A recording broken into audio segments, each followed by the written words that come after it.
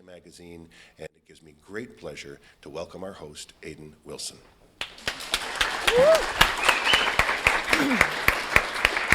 Cherie Dimaline of the Georgian Bay Métis community has authored 5 books, including best-selling novel The Mara Thieves. The Mara Thieves has won quite a few prestigious awards, including the Kirkus Prize and the Governor General's Award. It was named Best Book of the Year 2017 by the Globe and Mail and by the CBC. It has been on the national bestseller list for over a year and remains there to this day. Her much-anticipated latest book, Empire of the Wild, is already a national bestseller. Hopefully, many of you will be attending Cherie's 7 o'clock event with Karen McBride and Sheila Rogers right here at the Writers' Festival. The Mara Thieves is currently being adapted into a TV show with Cherie at the helm. Please welcome Cherie Dimaline.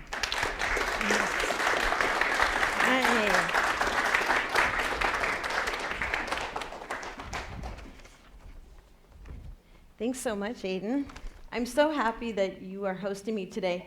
This makes us sound very fancy. The last time Aidan and I saw each other, we were in Ireland. We're like international best friends. So, Yes. did you want me to read, or do you want to ask questions first? I think reading. Reading? Yes. Okay, let's do it. So I'm going to read a scene from the Mara Thieves. I'm going to pick somewhere towards the middle. It's an apocalyptic story. How many people have read the book, just so I know?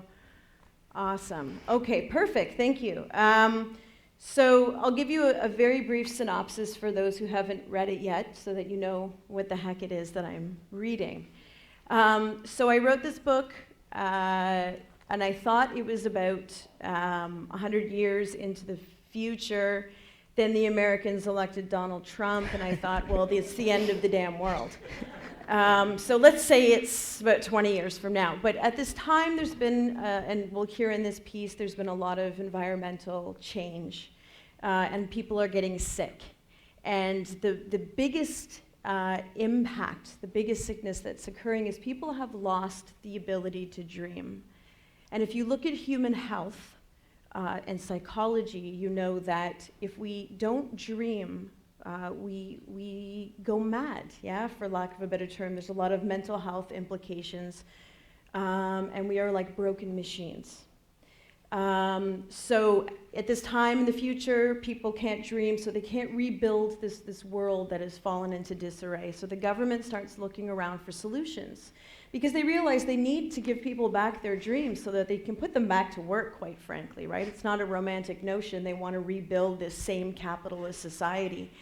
And they find that there is still a group of dreamers left, and it is Indigenous people in what we currently know as North America. And so they need to find a way to corral the dreamers, to put them into one place, and to do the work of extracting the ability to dream. And it's rumored that it's housed in the marrow of our bones. And so they look around to see, how can we best do this work? And of course, they look to history and realize, we've done this before. There was a time where we pulled Indigenous people together and we took them someplace, and there were experiments that were done. And of course, you know, as Canadians, this is the Canadian residential school system that was open until 1996.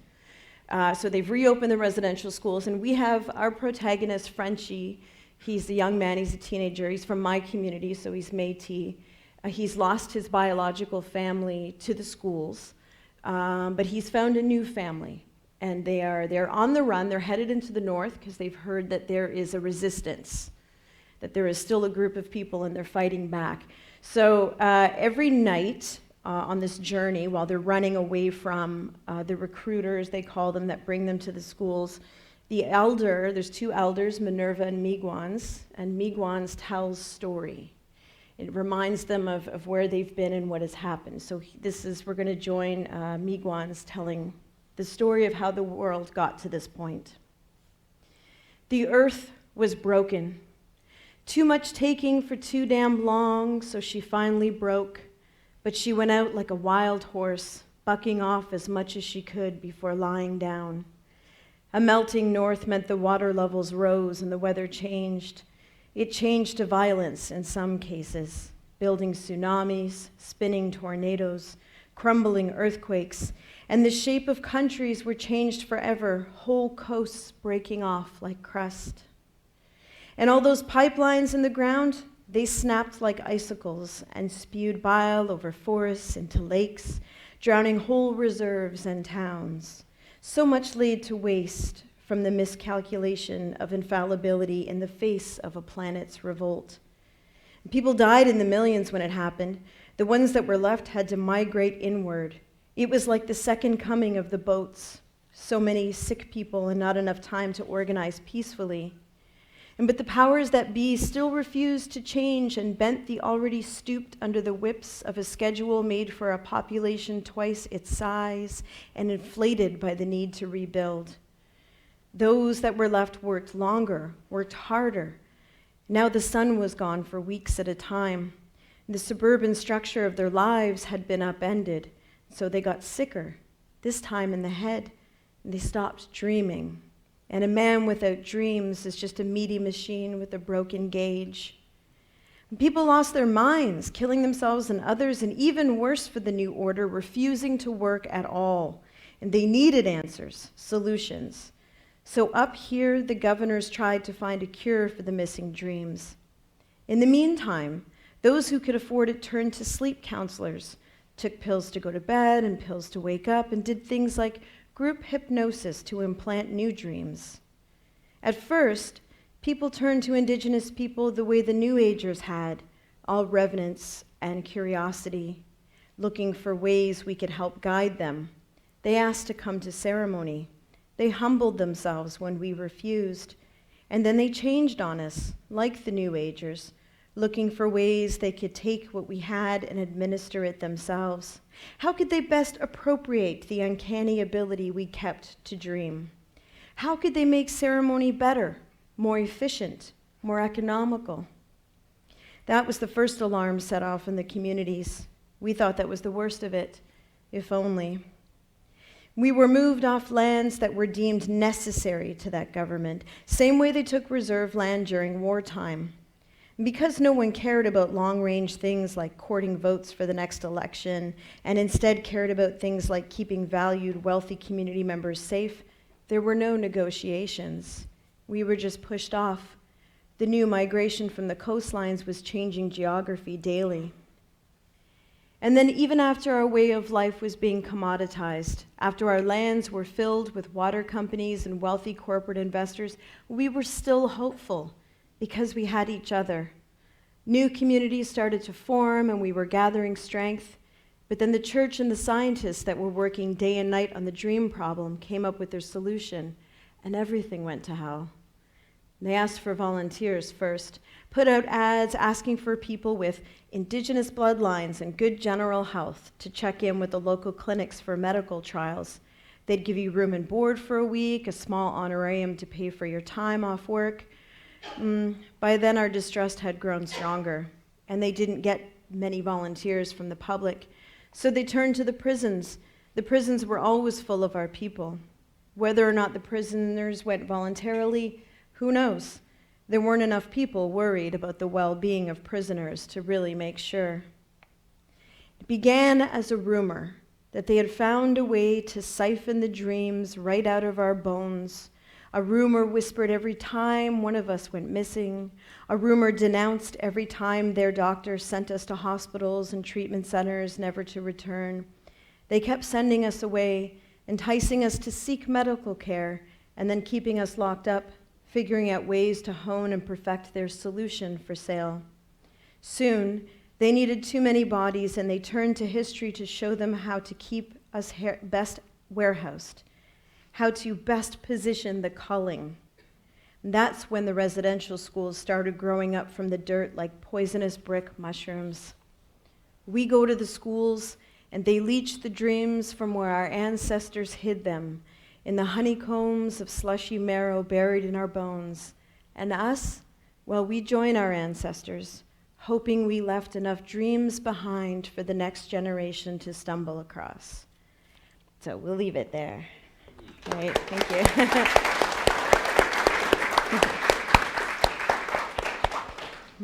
No, and I'm really glad you read from that section specifically, because I want to look at that section because it's so important to the rest of the story. But how do you see that presenting itself in the television adaptation? So this was a big conversation that we had. So making TV is very expensive. So when I presented them with, well, we need to make the world and then blow it the hell up, they were like, that's cute. I don't think we have that kind of money. But also we really wanted to get across the emotion of it, right? So it wasn't just, let's take a barren landscape or let's look at empty spaces. It was about how it impacted people. And because there's so much action happening around it and throughout the entire book, it had to thread its way through, but not take up so much space. So one of the things that we've talked about is when Miigwans tells story, that we do it as an animated segment. So we're looking at illustrators now, cartoonists, puppeteers, anyone who can give us, who can look at that story and present it in a way that shows the emotionality of it, and also lays the right landscape. So that's the artistic workaround to sort of a huge blockbuster apocalypse story. And when you were writing the book, did you ever actually imagine it would turn into this huge TV show project? Never. Thing? So I wrote the first draft of the Mara Thieves in 6 weeks. And I did that because there's always a lot of things going on in this country for my community and other Indigenous communities. And so there's no lack of inspiration, but there was a lot of conversation around whether or not residential schools were really attempted genocide, whether or not it really had the impact that we were claiming it had. I thought the fact that these schools were built and in the architectural designs, they were built with, instead of playgrounds beside it, like most schools, they had graveyards in the plans, which, I think was a pretty clear indication that this was actually, purposely meant to get rid of us.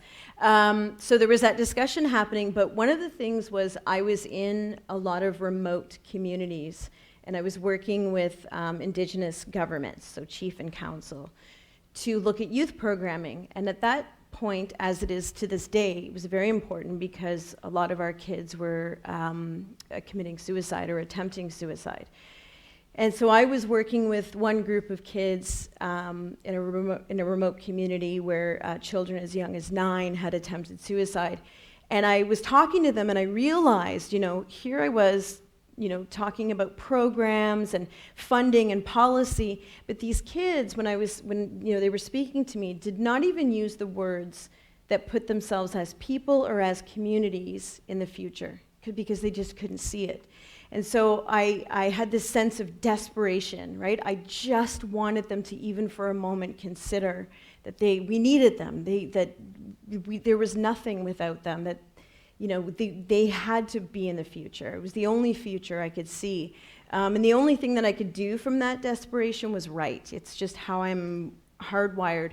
So I just wanted to write a story that had these Indigenous kids as the heroes, as the absolute answer. And not just for our communities, but for all of us. I mean, these are kids who have traditional knowledge, teachings, and language from the land, but also who, were educated in the Western system, so the best of both worlds. So I wrote it from a place of panic, because I really just wanted to get it done and get it to them. And anger, really, quite frankly. I was so angry with the way things were going. Nothing was getting better. And so the book came out very fast, and I honestly, Aidan, thought to myself, no one's going to read this. Because it was so, it was everything, right? I'm going to talk about language. I'm going to talk about ceremony. I'm going to talk about land theft. I'm going to talk about residential school. And it's just going to be too much. And nobody's going to want to read it, let alone watch it on TV. But what I didn't account for was you guys, right? So the book was, when they asked me, is it for young adult or as an adult? And I said, well, what's the difference, really? And they said if you put it as young adult. There's a slim chance that it might get into a couple schools. And so I said, well, then that's what I want to do, because that's who I want to talk to. So I thought no one was going to read it, not counting or not understanding that the youth today were ready, were waiting, and they wanted they wanted to be a part of the action. And so when it went out to young audiences, you embraced it and took it to where it is. And so, and honestly, so obviously I wasn't feeling too bright about things, right? I was like, I'm going to write a dystopian, apocalyptic, everything's terrible. And then young people got the book, and after the first couple school visits, I was like, you know what? I think we might be okay. I think I have hope, right? I don't know what to do with this optimism. What am I going to write now? But that's what happened. Hopefully a happier second book. Maybe the second book will be happier. We'll see.